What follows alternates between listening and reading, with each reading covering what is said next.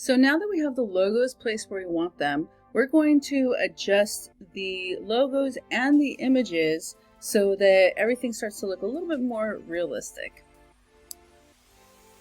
Okay, so one thing that I'm noticing is that there's slightly different white balances between all of these photos. Now I feel like these two are pretty good, and this one down here is a little bit more cool, a little bit more blue going on. So this one feels a little cool too. So I'm going to go ahead and add an adjustment layer. So I'm going to come up here to Window and Adjustments in case it's not there already.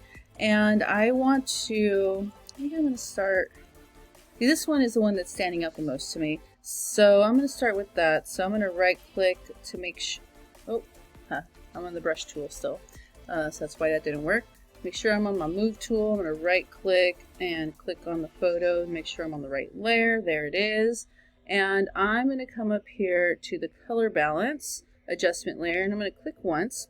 It's going to add it there. Now before I start adjusting, I'm actually going to clip it to the layer so I can still visually, match it up to the other stuff. So let's right click on here and click Create Clipping Mask.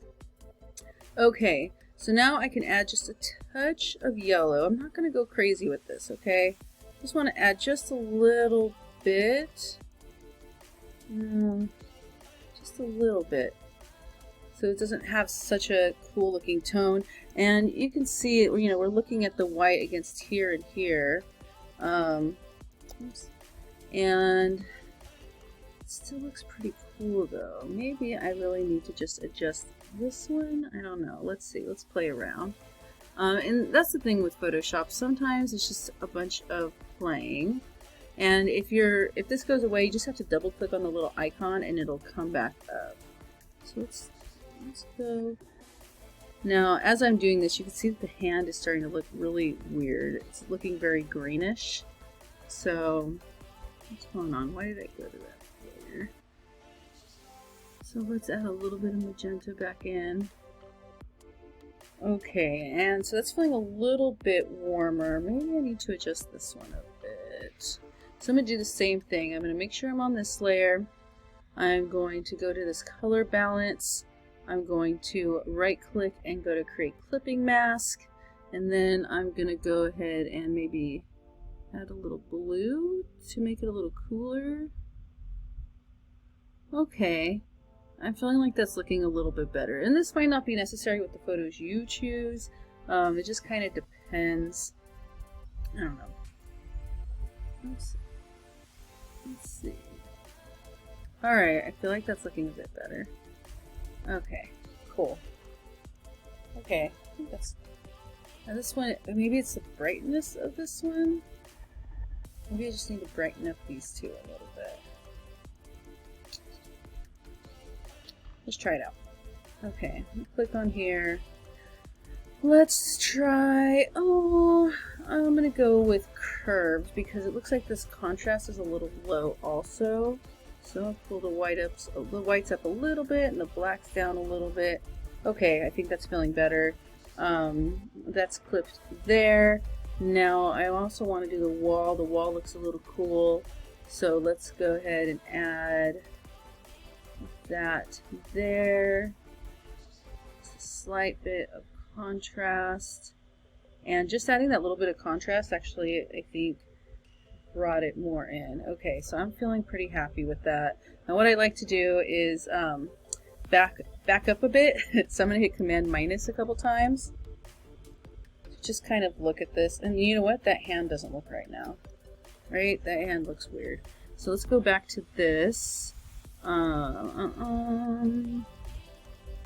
Okay, and there's the color balance for that.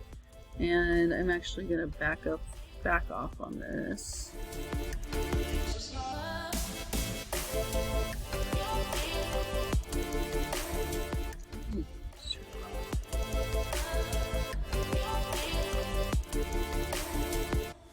Okay. Alright. So I'm turning the layer on and off to just kind of get a visual of what's going on and seeing the before and after, and that can be helpful. So I'm pretty happy with this. I think we're looking pretty good so far. So now we need to address the actual logos.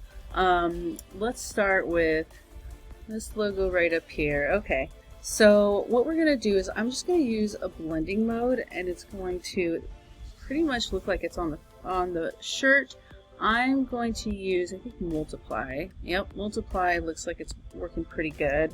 So what multiply does is that it leaves the darkest areas of the image and takes out, basically blends the light areas in. So now these whites are about the same as the white, and basically it's matching kind of like the color, the exposure of the shirt more.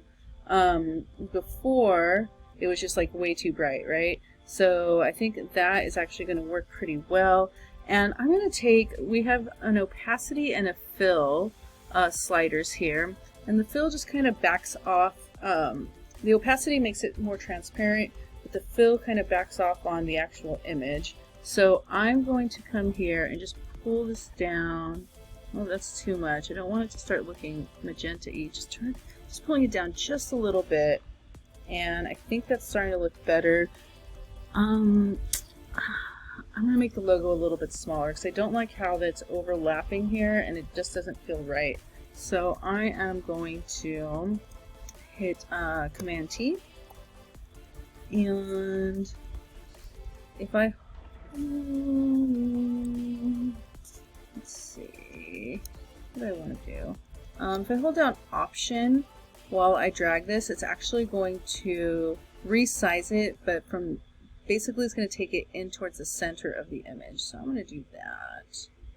Pull it down so that it's not overlapping these creases anymore, and that's going to help with the realisticness. Because if it was going over the creases, then the logo would be creasing. Now we can do that in Photoshop, but that's a little bit more advanced, and I don't want to, you know, overwhelm you guys yet. So that's looking pretty good. Now this phone, I mean, that already looks pretty legit to me. I don't know. So I'm just going to go ahead and leave that one there. And so now we just got to worry about this. So for walls, overlay sometimes works really well. Oh, wait, let's see, multiply is looking pretty darn good actually. Let's see. Yeah, overlay is looking okay, but actually I'm really liking how multiply looks. Alright, not too shabby. Now again, this isn't the most complicated. It can get a lot harder than this. What the photos and the logo that I gave you made this assignment kind of easy. You're probably thinking, easy, what the heck? It can get way more complicated than this. But yeah, this is looking pretty decent. I mean, we could keep playing with it. I mean, Photoshop, you can keep playing with stuff forever. I think I'm just going to take the opacity down just a little bit. Okay, so we can see some of that stuff shining through. And that is looking pretty darn good right there. Looks like someone actually painted the logo on there. Okay, so last thing we're going to do, and this is something I should have done at the very beginning, bad graphic designer Emily, we need to make sure we save. So I'm going to go ahead and hit File, Save. And when I do that, because we started this, we hadn't created a new document, we did load into SAC. It doesn't have a name or anything for it. So I'm going to go ahead and save this as Redondo _ GRC31 _ mock up assignment. Cool. Alright, and I'm gonna, let's see, I'll just put it in, I'll leave it in this project here. Coolio, and the format is Photoshop. We're good to go. Let's go ahead and hit save.